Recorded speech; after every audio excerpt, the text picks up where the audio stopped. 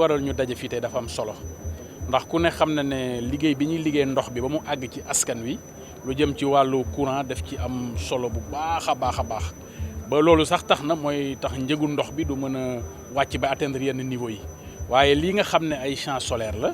ñu maanaam ñuy jant bi ñu mën ci liggéey ba am énergie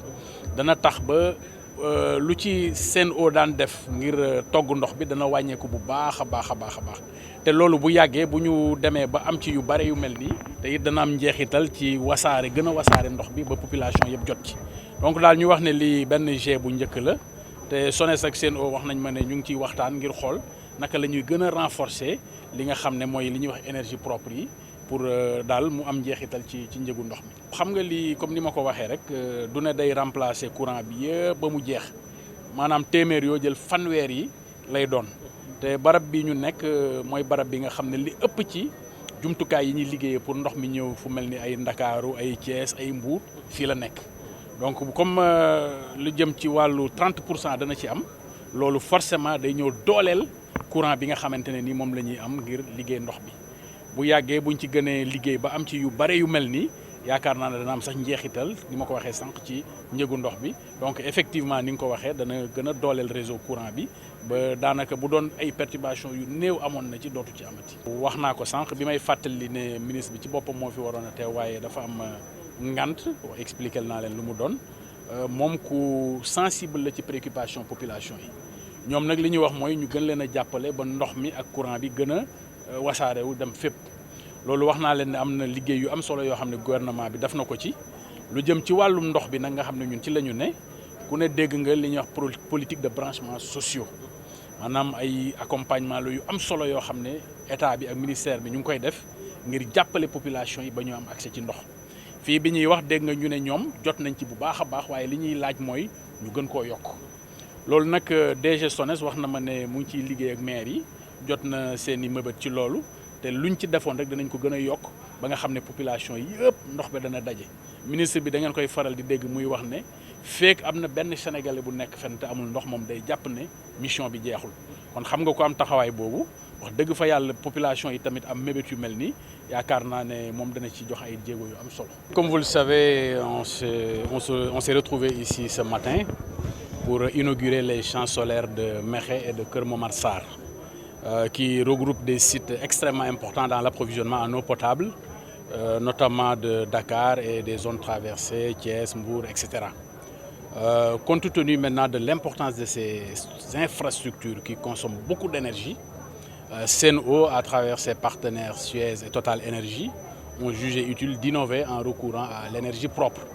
Et je sais que l'énergie qui est produite à travers ces champs solaires permettra d'impacter les coûts de production. Parce qu'on sait tous que dans la production de l'eau, l'énergie occupe une place extrêmement importante. Et c'est l'un des postes les plus coûteux.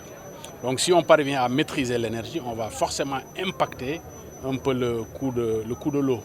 Et c'est un modèle extrêmement salutaire, conforme même à l'agenda national, à la vision des plus hautes autorités, parce que l'objectif c'est de démocratiser le plus possible l'accès à l'eau, de rendre les coûts supportables pour les populations, mais d'avoir un modèle économique avec un bon équilibre financier.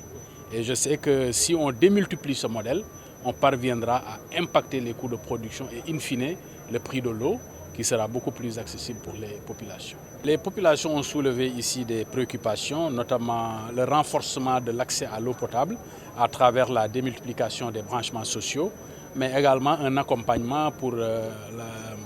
la fourniture d'électricité au niveau de tous les villages environnants. Je leur ai dit que j'ai entendu les doléances qui seront portées aux plus hautes autorités, qui, je sais, sensibles aux préoccupations des populations, ne manqueront pas d'apporter des réponses. Mais il est important de souligner que la SONES et la Sen'Eau sont en train de faire un travail remarquable en matière de démocratisation d'accès à l'eau. Il y a un bon programme de branchements sociaux et le DG de SONES m'a fait le point tout à l'heure. Il a eu à travailler avec les maires des localités concernées. Donc il y a déjà des actions qui sont posées. Ce qu'ils demandent, c'est une extension de ces actions-là et leur demande a été entendue et sera transmise. Comme vous le savez, actuellement, la Sénélec quand même assure une bonne fourniture de l'électricité. Et s'il y a des perturbations, c'est vraiment minime s'il y en a. Ça va juste contribuer à renforcer. Parce que comme vous le savez, ça va peut-être permettre d'effacer 30% de l'énergie produite par la Sénélec qui sera toujours présent. Et d'ailleurs, ils l'ont précisé lors de l'entretien. Les relations avec la Sénélec vont se poursuivre, ce qui fait que même en cas de faiblesse de production, il n'y aura pas de perturbation. Donc ça va permettre de renforcer, de stabiliser et comme vous l'avez dit, de réduire de manière significative les perturbations s'il y en a. ñaari champs solaires yi ñu démarré mois de mars lañ leen démarré la leen Sen'Eau démarré muy champs solaires yoo xam ni benn bi Kër Momar Sarr la beneen bi Superseur de Mékhé bu ci nekk boo boolee seen production ñoom ñaar 21 mégawatts crête la 21 mégawatts crête nag lu am solo la booy xool site Kër Momar Sarr ak site Mékhé